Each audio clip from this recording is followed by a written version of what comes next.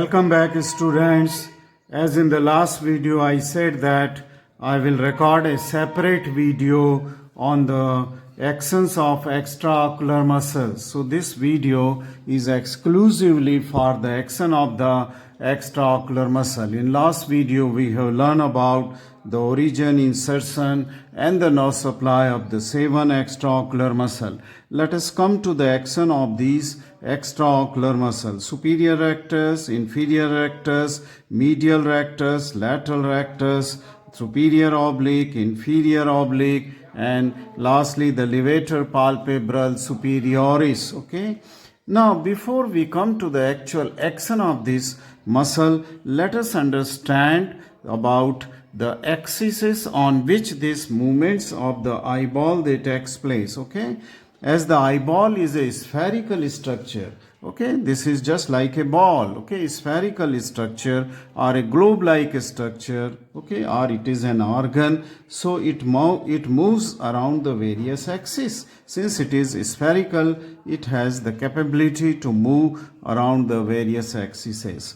Let us see the various axes of the eyeball around which the action that takes place. Now this is the first axis is around the transverse axis. This is an eyeball, cornea is here, then this eyeball we are seeing from top, okay, top, that means from superior aspect. So this is the left eyeball, okay, it is left we are seeing, that means the nose is here, this is the median plane because the optic nerve is going towards the medial side. Cornea is here, this is the sclera on the superior aspect. Okay, now an axis which passes around transversely, okay, medial to lateral axis, then around this axis the eyeball will move upward or downward, okay, elevation or the depression of cornea. Eyeball moves means the cornea will move up or that of the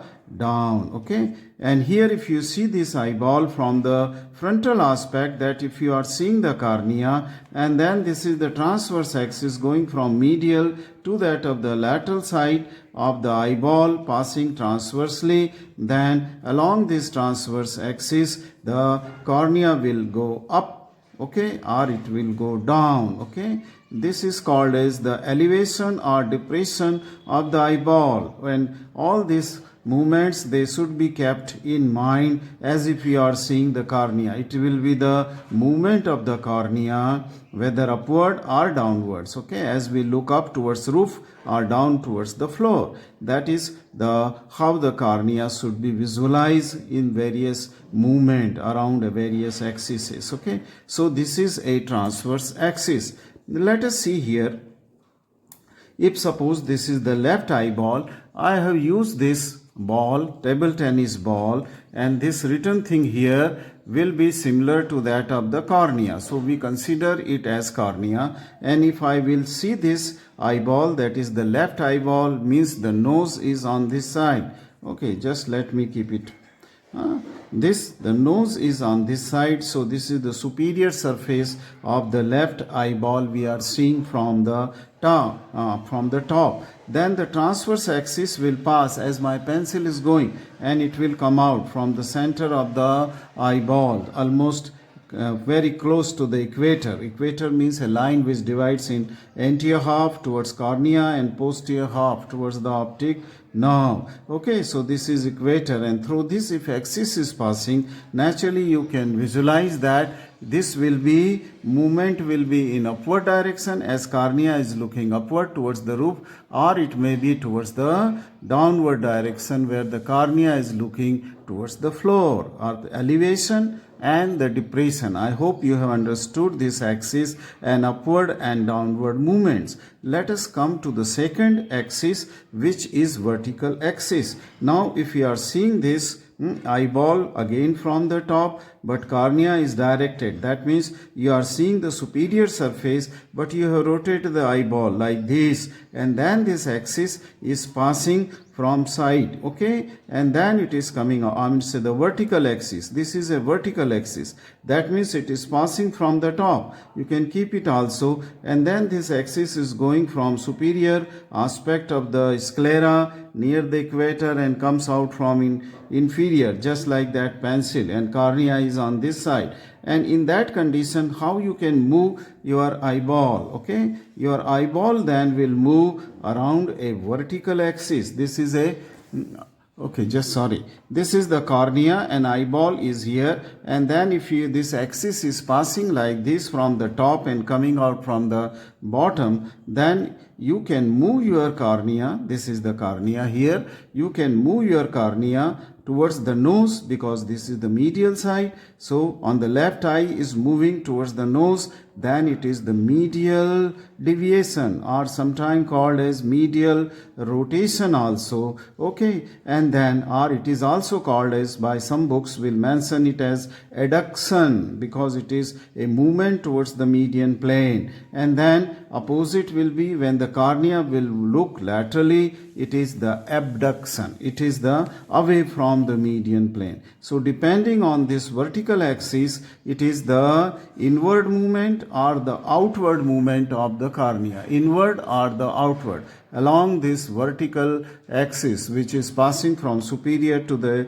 inferior surface. So this will lead to the cornea moving towards the nose, left eye. So it is adduction, it is moving outside, that is temporal side. So it is the abduction or medial rotation or the lateral rotation. Okay, and if you see the cornea from the top, it will be going, okay, towards the medial side, okay, towards the nose, or lateral side towards the temporal side, outside. And this is that vertical axis which is passing through the middle of, near the equator of the globe. Okay, so it will move, okay, on medial side or to the lateral, which is also known as medial and lateral. So you have understood the movements of, we are using the left eye and we are seeing it from the top. So imagine that in your own eye, cornea is forward. Okay, cornea is forward. So the cornea will look medially towards nose, then it is the medial rotation.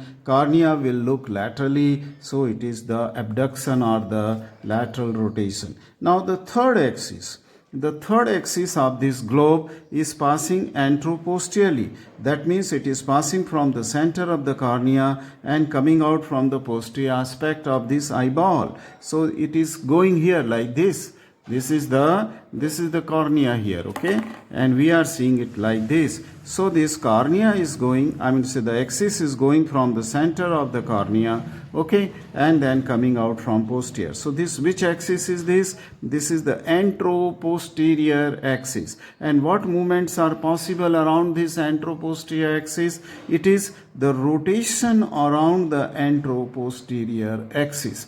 Okay, if you see this cornea from the front, let us see this cornea in this ball also from the front. I have made an arrow which indicate the upper end of the cornea at 12 o'clock position.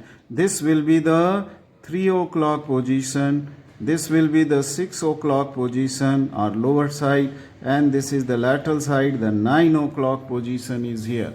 Okay, if you can see it, just zoom it and see this cornea. So then if it is the left eye you are seeing of an individual from the frontal aspect, from his face, the cornea is seen, and this is the left eye, and that means the nose is on this side, that means on the medial side. If it is left, see this, I have drawn the diagram so that you do not get confused. This is the nose, these are the lips, okay, this is the right eye and this is the left eye. If we put this, then this is the medial side, that means towards the nose side, and axes are passing anteroposteriorly from center of the cornea to the backward. Then I can move only in this direction. If this 12 o'clock position where I have drawn an arrow upward here as it is shown in this diagram, if it will go towards the nose, see this, it is going towards the nose.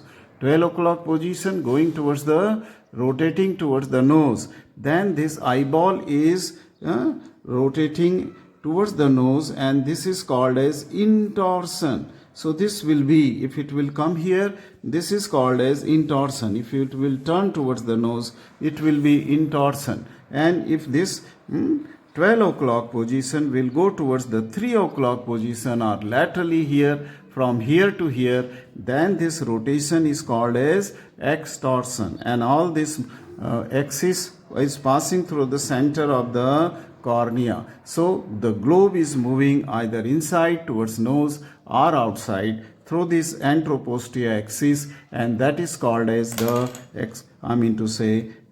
extorsion, or or intorsion. Okay, the 12 o'clock position or the upper end of this cornea will go towards that of the nose. Okay, it is intorsion, and then it goes outside, it is the extorsion. So you have seen the three axes around the transverse axis: elevation or depression, that means upward rotation or downward rotation, looking upward or downwards. And then second axis was around the vertical axis, and in this vertical axis the eye can move towards the lateral side or towards the, that means cornea can move from lateral side or medial. Medial side means towards the nose. Okay, cornea when is looking towards the nose, this is the medial rotation. Okay, and the third axis we have seen as the Andropostia axis, where intorsion and extorsion movements are possible. Please make the diagrams on your notebook roughly and try to understand this axis, and just bring a ball and imagine this by making a cornea on one side and then making the 12, 9 and 6 and 3 o'clock position in the cornea, and imagine it in your own eyeball. Okay, and then there will be no problem in understanding this. Okay, let us come to this after axis of this. And another important aspect is that of the visual and orbital axes. Okay, now see here, this is the nose. This I have drawn is the, just a minute, this is the nose is here. These are the two medial walls of the orbit which are straight, and we are seeing this from the top. So this will be the left eye, this will be the right eye, and this is the lateral wall of the orbit which is not straight, which is oblique. So the two medial wall of the right and left orbits, they are straight. Okay, so these are the lateral wall of the orbit, this is the optic nerve, and this is the eyeball, this is the nose, left orbit and right orbit. Okay, now if you see the orbit here, then you will see that there is an if you draw an axis of this orbit which is obliquely placed, so these orbits are looking forwards and laterally, it is looking forwards and laterally, and you will see that if you draw the axis of this orbit, then you will see that this is also looking forwards and laterally. So these are the two axes of the orbit, bony orbit, which are looking forward and laterally. But see these eyes. Now these eyes are not seeing, that means cornea is not looking forward and laterally. Cornea is seeing anteroposteriorly, see in anterior direction. Okay, it is placed in anterior. So that means cornea, if it would have been, or eyeball, if it would have been in this orbital axis, bony orbital axis, then both the eyeballs should have been, or both the cornea should have been looking forwards and laterally. But it is not.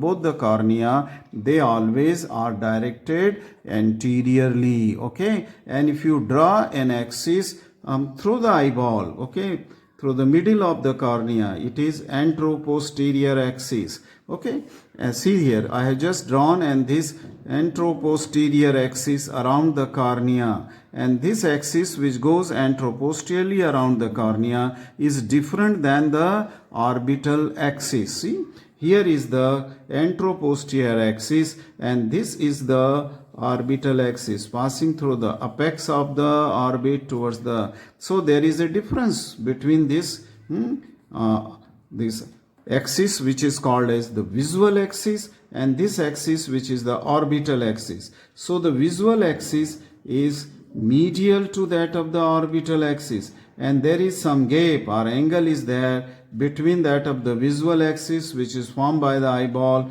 and then orbital axis, the bony orbit in which the eyeball is there. Okay, bony orbit.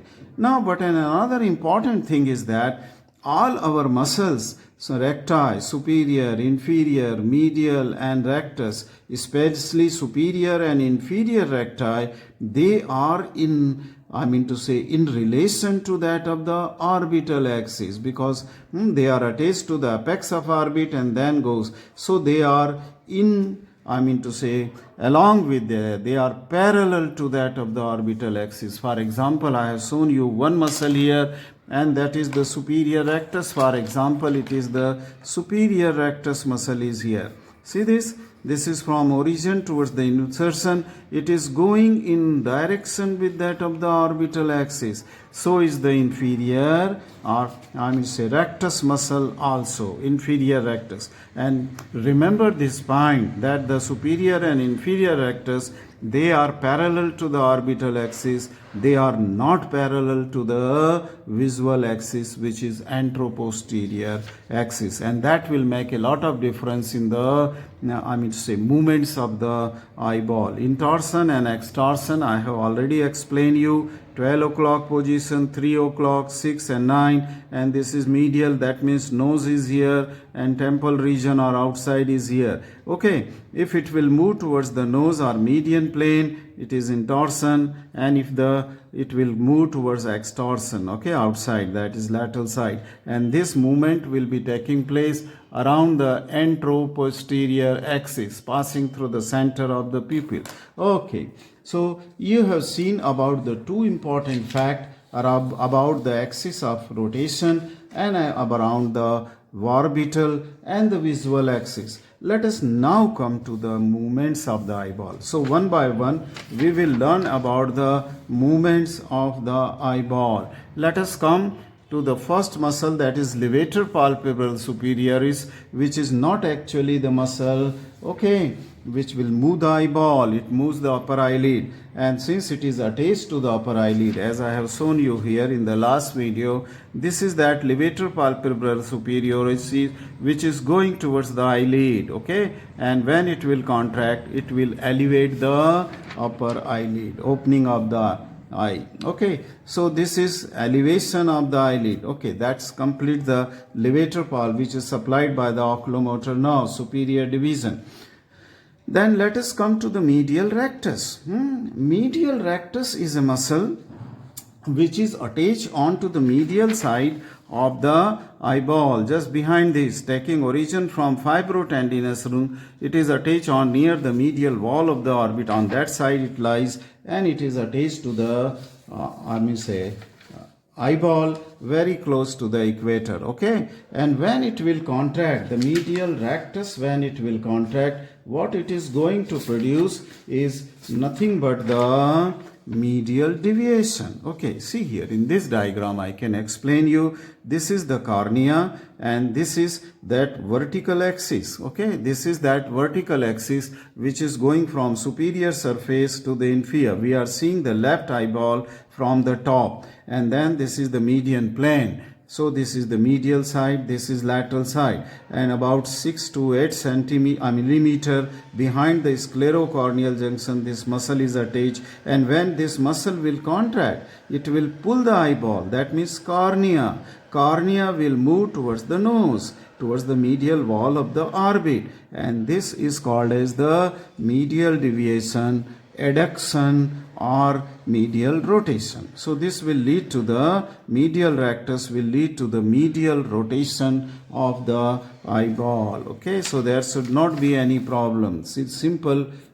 Medial rectus will lead to the medial rotation here. Let us see the lateral rectus action. Same plane, same left eyeball seen from the top, and this is the axis of rotation passing from superior surface to inferior surface, okay, vertically. So this is vertical axis of rotation, and when this lateral rectus will contract, then it will pull the cornea towards the lateral side. This is called as abduction, lateral rotation or lateral deviation of the cornea. Very simple. Medial will pull the cornea medially, the lateral will pull the cornea laterally. Okay, lateral rectus is supplied by the abducent nerve, while medial by the oculomotor nerve. Okay, just remember that. So these were the lateral and medial rectus muscle. let us come to see the superior rectus muscle origin, the axon. Okay, and superior rectus muscle has the multiple axon. Try to understand this superior rectus muscle, which I have shown you in this, taking origin from the upper part of the fibrotendinous ring near the apex of the orbit. Muscle goes and get attached to the this sclera close to the limbus, sclerocorneal junction with the fibrotendinous, the tendinous flat slip of the tendon, okay, onto the sclera. It is embedded into the sclera. So this is the superior rectus. Now see this diagram also. We are seeing the left eyeball from the top, and this is the superior rectus muscle. This is the nose is here, and this is the median plane I have drawn here. This is the equator. So the superior rectus, after taking origin from the ring, it is attached posterior, few millimeter posterior to the sclerocorneal junction or limbus. And when this muscle will contract, what it will do? It will elevate, okay? It will elevate the eyeball up, okay, up. Why it will elevate the eyeball up? Because this is inserting on the top of the eyeball, on the superior surface of the eyeball, and anterior to the equator, so that anterior half of the globe or this rounded ball like structure eyeball will be lifted up, and the posterior half of the eye will go down. So along this axis, okay, along this transverse axis, this is the transverse axis, anterior half will be elevated. So what is the action of superior rectus? It is the upward rotation. Number one, it is the upward rotation of the superior rectus. Very easy to understand.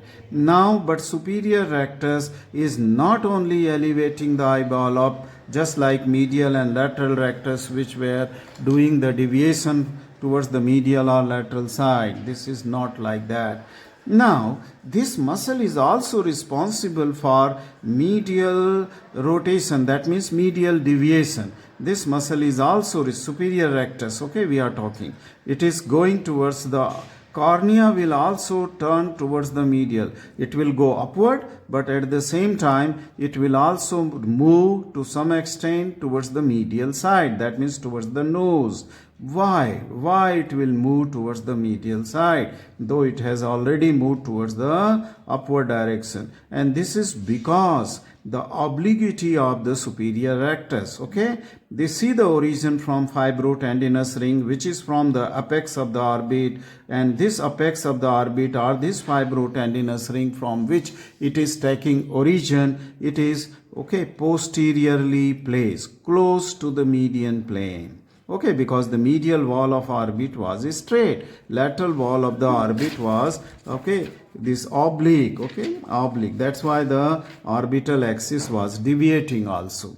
Now, that insertion is, okay, laterally. See the origin and difference between origin and insertion. Origin is medial, close to the median plane here. See, suppose if we measure the distance, here the distance at the insertion is bigger because it is laterally deviating. So when a muscle contracts, it will try to bring the insertion close to its origin, and in effort of that, what will happen that this cornea will move slightly towards the medial side, and that is the reason why the medial rotation will take place, because muscle is running laterally and forward, so it will pull the cornea, okay, medially. Instead of forward, the opposite action will be, it will pull the cornea not only upward but also medially.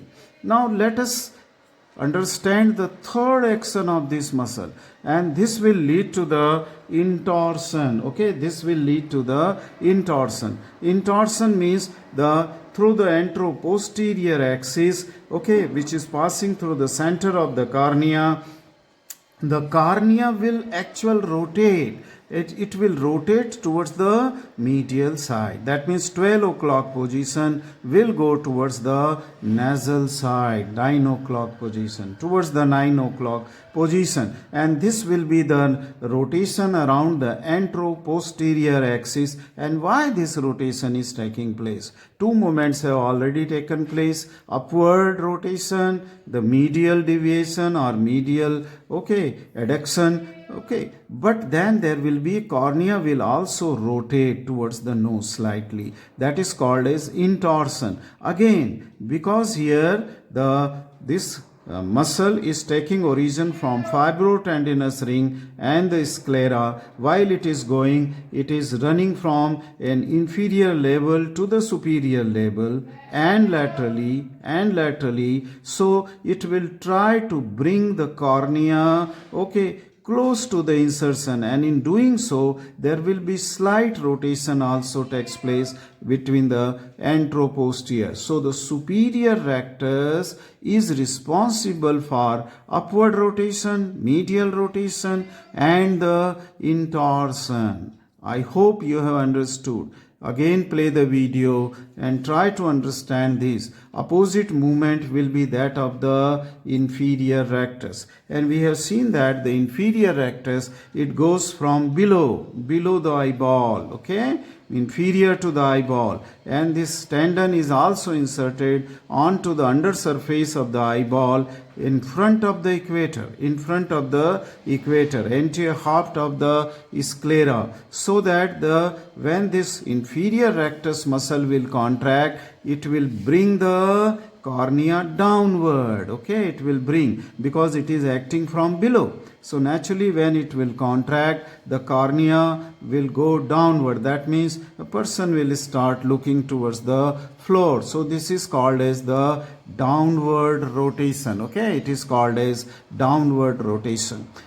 Easy. So the superior rectus was doing an upward rotation, inferior rectus is doing that of the downward rotation here. Now, since this superior rectus was trying to pull the insertion side towards the origin side, which was obliquely placed, so that the eyeball was going towards the medial side. In the similar way, for the inferior rectus, both directions are same, superior and inferior. One is going above the eyeball, another going from below the eyeball. So this will also have the same action. It will try to bring the eyeball towards the medial side. So this will also doing the medial rotation or medial deviation or adduction. So instead of the upward rotation, inferior will move the cornea downward, and it will also move similar to superior rectus, medial rotation, because both the superior and inferior rectus,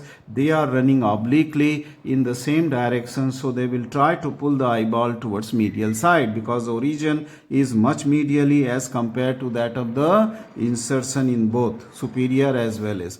But here, since the muscle inferior rectus is acting from below, it is acting from below. So what it will do, it will rotate the eyeball, but this rotation will be from below, so it will be just in opposite direction as that of the superior rectus. Here the cornea, the 12 o'clock position, will rotate in on anteroposterior direction, towards outside. Cornea will rotate towards outside, and this is called as extorsion. Here it was intorsion in superior, this will be the intorsion here.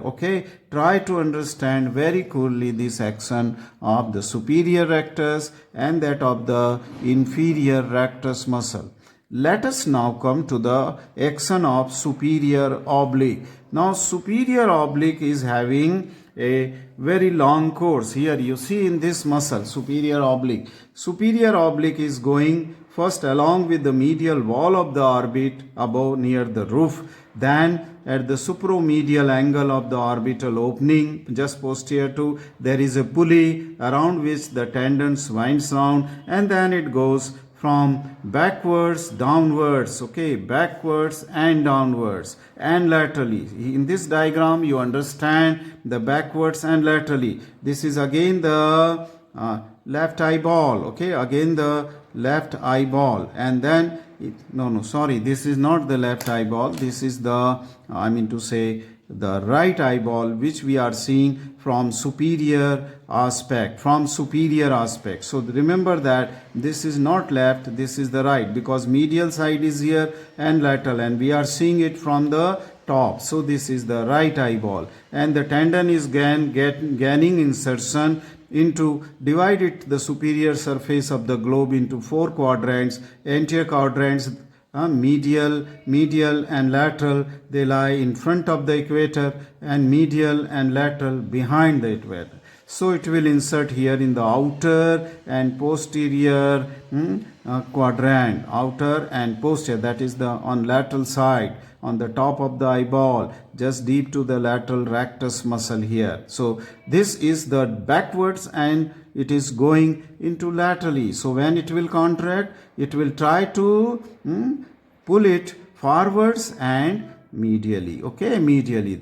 Just this is, but at the same time, this tendon is not going in only posterolaterally, but this tendon, after winding route, it is going from above downward, because it is close to the roof and eyeball is downward placed, so it is also going at the same time downward. So when it will contract, it will try to lift that half of the globe or this ball upward, and that means since it is attached posterior to the equator, this half, the posterior half of the eyeball will be lifted up, so that the cornea, anterior half of the eyeball, the cornea will go down. So a person will start looking downward towards the floor. But here we are seeing that this is onto the posterior and lateral side, and for all practical purpose, you think that this pulley is the site of origin of this muscle, similar to the site of origin of the inferior oblique. Just forget about this portion, which is muscular part. Only just remember this tendinous part, then it will be easy to understand. So this will be pulling this lateral part of and the posterior half of the eyeball towards medial. So the cornea will go towards the lateral. So it will go down and it will go lateral also. So it is the first movement is here. Let us see in this downward movement of superior oblique. And I have explained you why downward, because the tendon is inserting in the posterior to the equator. So posterior half of the globe will be raised up, and it is coming from above to down, so it will try to lift. So the anterior half, that means cornea, will go down. Okay, cornea. So the first movement will be the downward movement. Second movement will be the lateral rotation. I have partly explained you. Since it is attached here on the lateral side, and it is pulling from medial to lateral. So behind the equator portion will try to go medially. It will try to go medially. So the anterior half along this vertical axis will go laterally. That means cornea will look laterally. So downward movement of cornea as well as lateral movement of cornea. Okay, and then it will also produce the intorsion, because it is pulling the lateral half towards the medial side. So 12 o'clock position of the cornea will go towards the nasal side, because tendon is coming from medial to lateral. So it will try to rotate. It will along the anteroposterior direction towards the nose, which is the medial side, and this right globe, okay, in the right globe. So the cornea will rotate medially, which is called as the intorsion. So there will be 3 movements: downward rotation of cornea, lateral rotation of cornea, that means I will look laterally, and then the cornea will move towards the nose, that is intorsion. Let us understand in a similar way the action of that of the inferior oblique muscle. See, this is the medial wall of the orbit, and then we are seeing the globe, okay, with the cornea, superior surface, and this is the superior surface of the left eyeball, because this is the medial side, and we are seeing it from the top, and from the medial inferior angle this muscle is taking origin, which is going beneath the eyeball, and then it is winding round, and then it is inserting into the outer and posterior quadrant. That means behind the equator, this tendon, very close to the attachment of the lateral rectus, the tendon of the, tendon of the superior oblique and inferior oblique. They are very close to each other. Their insertion is there close to each other. Now, what this inserts a muscle, that is inferior oblique, is going to do, since it is also attached posterior to the equator, it is attached posterior to the equator. So, when it will contract, it will try to, and it is coming from below. That means origin is below, near the roof, near the floor of the orbit. So it will, what it will do, the posterior half of the eyeball will go down. Okay, that means cornea will go upward. So it will lead to the inferior oblique, the upward rotation. This muscle will be pulling the cornea upward, inferior, because it is coming from inferior to the superior side and posterior to the equator. So it will pull the posterior half of the globe or eyeball downward, so the cornea will go upward, right? This is just opposite to the superior, because superior was coming from above and then it was going down in the posterior half of the equator. Now this will also lead to the lateral rotation. Why lateral rotation? Because this is the medial end and this is the lateral end of the muscle. Muscle will try to pull it towards the medial side. When it will contract, it will pull, but then it is posterior half will be pulled towards medial side. That means anterior half will go towards the lateral side. So this will also move the eyeball or cornea towards the lateral side. Lateral side means abduction. Okay, that means it is these movements are same in superior and the inferior oblique. But then this muscle is going to produce extorsion, because again it is pulling from below. So that means the globe will move towards the outside because it is pulling from below. So the rotation will be outside. That means 12 o'clock position will go towards the 3 o'clock position. That means there will be a rotation around the anteroposterior axis, and this will be the extorsion. Don't bother if you have not understood. See this video again by drawing keep your drawing ready, understand the axis, understand the direction of these tendons, where they are going. So these are the individual movement by the different muscle I have explained you for all the 7. We are bothered about the 6 muscle: medial rectus, lateral rectus, superior rectus, inferior rectus, superior and inferior oblique. Now, these are for the individual muscle, but this is not, correct.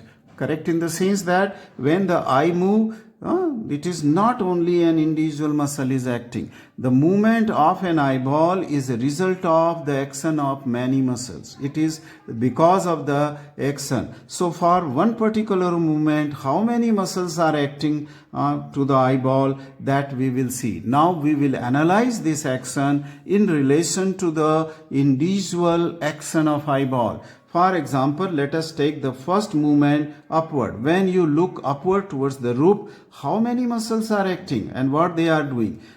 So in this individual muscle column, let us search which are the muscle which will move the eyeball upward. Okay, just try to find out. Upward, yes. Here it is written upward, okay, and this is the superior rectus. Here it is also written upward, and this is the inferior oblique. That means these two muscles, superior rectus and inferior oblique, they will move the eyeball upward. But when you will see the other action, this superior rectus not only is moving the eyeball upward, it is also medially rotating, but we want only the upward rotation. We want to look at the roof only. We don't want the medial rotation. Similarly, we don't want the intorsion, which is because of the superior rectus. So let us see here, inferior oblique is what doing?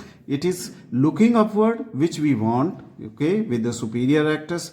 And here it is the medial rotation, okay. This is the medial rotation, but here it is the lateral rotation which inferior oblique is doing. So this medial rotation and lateral rotation will be cancelled. That means the medial rotation will be cancelled by the lateral rotation which inferior oblique is producing. So then these two opposite movements will be cancelled, and here the superior rectus was in torsion, was producing in torsion or inward rotation. Here it was producing the outward rotation, that is extorsion inferior. These two movements will also get cancelled with each other. So what will remain here? Opposite movements of, so only pure upward. So when you want to see upward towards the roof, your two muscles are acting, superior rectus and inferior oblique. Superior rectus and inferior oblique. In the similar way,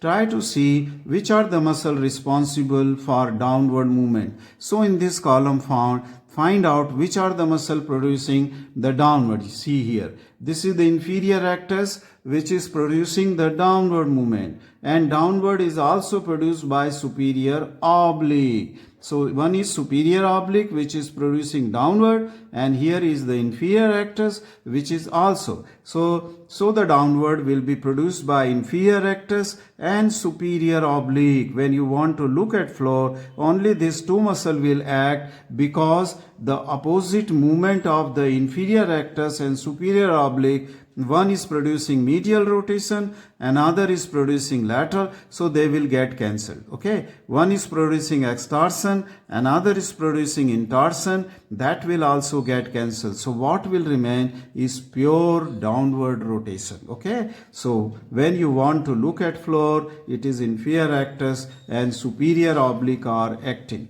Let us see the medial rotation when you want to move your cornea towards the nose in one particular eye, okay, in one particular eye. So let us see which are the movement which are produced by medial. See here, this medial rotation by medial rectus. So this is the medial rectus, but then there are two other muscles written here, superior rectus, this is also producing medial rotation, inferior rectus, this is also producing medial, and I have told you the reason, because they are both running in same direction, superior in obliquely from medial to lateral side forward, okay. So here the medial rotation and the medial rotation is here. So medial rotation was by medial rectus, so it will be also by superior rectus and that of the inferior. So superior and inferior rectus, so three muscles will produce the medial rotation, because the intorsion and extorsion of superior and inferior rectus, they will get cancelled, okay, they will get. So what will be three muscles which will be producing the medial rectus, superior rectus and inferior. All three will produce the medial rotation when you want to look towards the nasal side, okay, towards the from a single eye, okay. Let us come to the lateral. See this, laterally which muscles? One is naturally lateral rotation is by lateral rectus muscle. Let us see anyone else. Yes, here superior oblique is also producing lateral and inferior oblique is also producing lateral. But here lateral rotation is producing intorsion, which will be get cancelled by the extorsion of inferior oblique. So three muscle, lateral rectus, superior oblique and inferior oblique, they will be responsible for the pure movement of the lateral deviation or that of the abduction. Lateral rectus, superior oblique and inferior oblique. Let us go to the intorsion where the cornea is moving towards the nose in around the Andropostia Axis, okay. That means the 12 o'clock position is coming towards the 3 o'clock position. Now here intorsion, let us find out which are the muscle. See, one is intorsion, superior rectus, another intorsion is by superior oblique. So superior rectus and superior oblique, they will produce both the intorsion, because medial rotation will get cancelled by lateral rotation, upward rotation will get cancelled by the downward rotation of superior oblique. Similarly, if you see the extorsion, which is the Andropostia Axis, the cornea rotates towards the outer side. Okay, that means around the 9 o'clock position. Then what you will see here, if you just search which were the muscle producing extorsion, so it was inferior oblique, it was the inferior rectus. Only these two muscles were producing the extorsion. Okay, so these two muscles, that means inferior rectus and inferior obliques, will be responsible for this pure movement, because the medial rotation will be cancelled by the lateral rotation. Means abduction and adduction here. Okay, lateral matlab abduction, and this means the medial abduction, adduction, right? Downward will be cancelled by the upward rotation. So these two different movements will be cancelled by this. So what will remain is the extorsion. So extorsion is by that of the inferior oblique muscle alone. It will be by the inferior oblique. Let us summarize this movement. You should make these two tables, and then with the practice you just keep on noting but understanding. Okay, just make the diagram with the directions of muscle and then learn this. You will never forget about these movements. Let us come to this diagram, which is seen in every book almost, and here it is the pupil, the cornea, sclera. The pupil is here. Okay, this is the iris, the pupil, and this is the sclera. This is the medial side, means it is the side of the nose. Okay, let me draw the nose here. This is the nasal side is here. Okay, just a minute. The nose is here, that means this is the medial side is here. Okay, and this is the lateral side. Okay, so now if you see the various muscles, superior rectus, individual, this is diagram is good to remember the actions of individual. Superior rectus, what it is doing? It is moving the eyeball towards the nose. So it is the medial rectus is moving the eyeball towards the medial side. That is the adduction. Okay. Then the medial rectus is also moving the eyeball upward. That is in elevation. Medial rectus is also producing the rotation of the cornea around the Andropostia Axis, which is called as, since it is going towards the nose, the 12 o'clock position. Let me make it here. This is 12.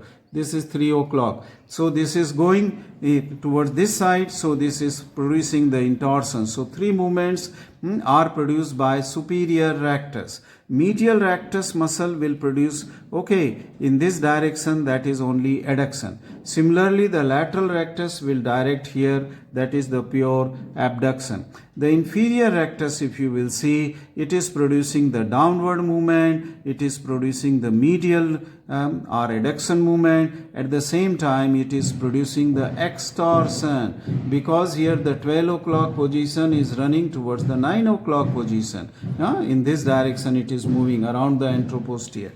Similarly, the superior oblique muscle, it is moving the cornea downward. This is moving the cornea laterally, and this is moving the cornea. 12 o'clock will go towards the 3 o'clock. So this is the intorsion. Okay, and inferior oblique, it is elevating the eyeball or cornea. It is laterally deviating the cornea or the abduction, and this 12 o'clock will go towards 9 o'clock. So this is the extorsion. So just remember this diagram, good for understanding of the movements produced by the individual muscles. Okay, let us come to the applied importance of these. Okay, and before the applied importance, let me tell you about the conjugate. When you are moving eyeball, your single eyeball is not moving. Both the eyeball, right and left, they are moving simultaneously. That means one is moving medially, the other will move towards lateral.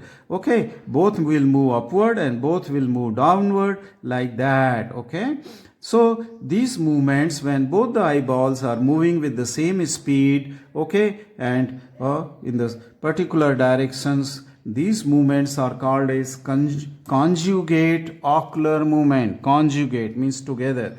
So eyeball never move singly, okay? So these two movements of the two eyeballs are coordinated movements, and this is the brain is playing an important role in the coordination of the movement of the eyeball.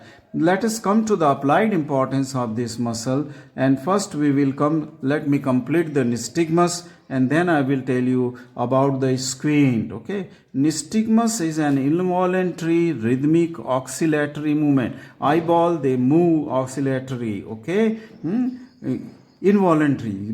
Patient is not moving, it is automatically rhythmic movements are taking place in the eyeball, which are oscillatory movement, and this is because of the defect in the vestibular or cerebellar. Okay, that means cerebellum defect within the cerebellar hemisphere, or with the vestibular nucleus which control the equilibrium men go wrong, then this condition nystagmus takes place. Let us come to the squint. Okay, squint is defined as paralysis of muscle, extraocular muscle. Two eye looks in different, and if the muscle is paralyzed, eyeball muscle, which we have just learned their action, if they are paralyzed, then two eyes, they are not moving in conjugate direction. There is no coordinated movement. One eye will go in one side, another eye will go to the other side. So two eyes will look in different direction, and this condition is called as the squint. Since we have learned that there are three nerves which were supplying to all this extraocular muscle, the first nerve which was supplied to the most of the five muscle of the extraocular muscle was the oculomotor nerve, the third cranial nerve. The superior oblique was supplied by the fourth cranial nerve, that is the trochlear, and the muscle which is the lateral rectus was supplied by that of the sixth cranial nerve, abduction. Let us see if something goes wrong with the oculomotor nerve, if it is cut, injured, or if the fourth cranial nerve is injured or sixth, what will happen? Because the muscle supplied by these the eyeball moved by these muscles will not be there, and this will lead to the condition what is called as the squint. I will show you some diagram about this squint because with the relation to that of the three different muscles. Okay, and this is the diagrams are from the neuroanatomy for medical student, authored by me, and this is published by the Walters Kluwer. I am thankful to them for using this diagram. I will show you these diagrams about the paralysis of these muscles. Okay, about the paralysis. Just a minute. Okay, let me bring it to. Okay, what you will see here will be let us come first to the paralysis of the oculomotor nerve, the third cranial nerve, which supply to the many of the muscle. It supply to the many of the muscle. Many of the muscle means it supply to the superior rectus, it supply to that of the inferior rectus, it supply to the medial rectus, the superior, the inferior oblique and levator palpebral. So many muscles, five muscles, they are supplied by this nerve. Okay, they are supplied by this nerve. Let us see, because this nerve is also carrying the fibers of the parasympathetic fibers, as well as some fibers of sympathetic are also going after ciliary ganglion, passing through the ciliary ganglia. So this muscle will have, injury to the oculomotor will have the many actions. Okay, many defects will be. So the lesion of the oculomotor nerve will produce paralysis of muscles, all these seven muscles, and including the upper eyelid, which is supplying levator palpebral superioris. And if the levator palpebral superioris is paralyzed, okay, see this diagram. Okay, here this diagram, this is the normal eye and this is the affected eye because of the paralysis of the oculomotor nerve. So one thing which you are noticing because of the paralysis of the levator palpebral superioris is that the person will seem as the closed eye because upper eyelid is paralyzed, so it cannot be elevated. So there will be the drooping, which is called as ptosis of the upper eyelid. So it will lead to the ptosis. You can zoom this diagram if you want to see it more clearly. So ptosis will result due to the paralysis of the upper eyelid. Okay, ptosis means drooping of the eyelid which cannot be elevated. Okay, so you will look that it will be always half opened eye. Okay. Now this will also show you the lateral screen. That means the eyeball will look laterally. Okay, look laterally. Why it will look laterally? Okay, because of the opposed action of the lateral rectus, because lateral rectus moves the eyeball laterally, so that is intact, it is not paralyzed. So eyeball will be pulled by the lateral rectus muscle. Okay, because all the muscles supplied by oculomotor nerves are paralyzed. So you are seeing that the eyeball is not centrally placed as it is on the normal side. It is going towards the lateral side here. Okay, it is going towards the lateral side. So this is one condition. Because of the paralysis, squint will be the laterally squint. Okay, a person will look laterally. Then there will be the dilatation of the pupil. You can see here the pupil here is normal, and here when the there will be the dilatation of pupil and loss of the accommodation reflex. Okay, and this dilatation is due to the lesion of the parasympathetic fiber, which leads to the constriction. So there is no constriction because parasympathetic fibers are gone, because parasympathetic fibers, they run with the oculomotor nerve, and since oculomotor injured, it means parasympathetic fibers. So there will be the unopposed action of sympathetic fiber, and sympathetic fibers are responsible for that of the dilatation. Sympathetic fibers are responsible for the dilatation of the pupil. Okay, so this will be because of the paralysis of the parasympathetic fibers from Edinger-Westphal nucleus, if you remember. Now this eye is not only deviated towards lateral side due to the lateral rectus muscle, but here it is looking downward also. Okay, it is looking downward also, and this downward movement of the eyeball and lateral movement of the eyeball is because of the unopposed action of the superior oblique, and superior oblique moves downwards and laterally. It looks as if this person is looking this infrolaterally in one side with the one eye. So this paralysis, the lateral squint, you cannot miss because of the oculomotor nerve paralysis. Then we go to the paralysis with that of the trochlear nerve. Here is the diagram which will show you the trochlear nerve.